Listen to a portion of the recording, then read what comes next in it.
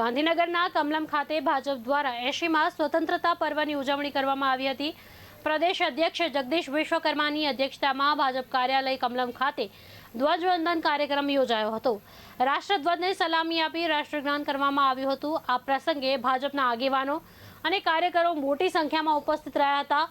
દેશભક્તિના માહોલ વચ્ચે યોજાયેલ કાર્યક્રમમાં રાષ્ટ્રગાન સાથે સંપન્ન થયો હતો।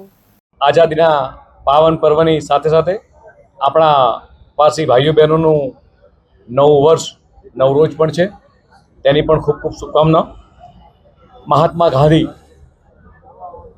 ભગતસિંહ, નેતાજી, સુભાષચંદ્ર બોઝ, સરદાર વલ્લભભાઈ પટેલ, ચંદ્રશેખર આઝાદ અને લોકમાન્ય તિલક જેવા અનેક મહાન દેશભક્તોના સતત સંઘર્ષ અને બલિદાનનું પરિણામ એ છે કે આપણે આઝાદ ભારતમાં જીવી રહ્યા છીએ। આજે આપણા દેશની સરહદો પર રાત દિવસ તડકો છાંયડો વરસાદ જોયા વગર આપણી રક્ષા કરતા આપણા વીર જવાનોને પણ સલામ કરું છું। તેમના કારણે આજે સમગ્ર ભારત સુરક્ષિત છે।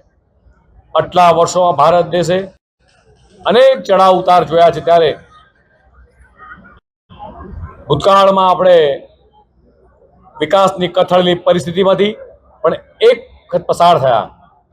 અભૂતપૂર્વ વિકાસ સાધવા સુધીના સમયગાળામાં દેશ એ આજે જ્યારે સાક્ષી બની રહ્યો છે, ત્યારે મને કહેતા ગૌરવ થાય છે કે આપણા લોકલાલા પ્રધાનમંત્રી માનનીય નરેન્દ્રભાઈ મોદી સાહેબના નેતૃત્વમાં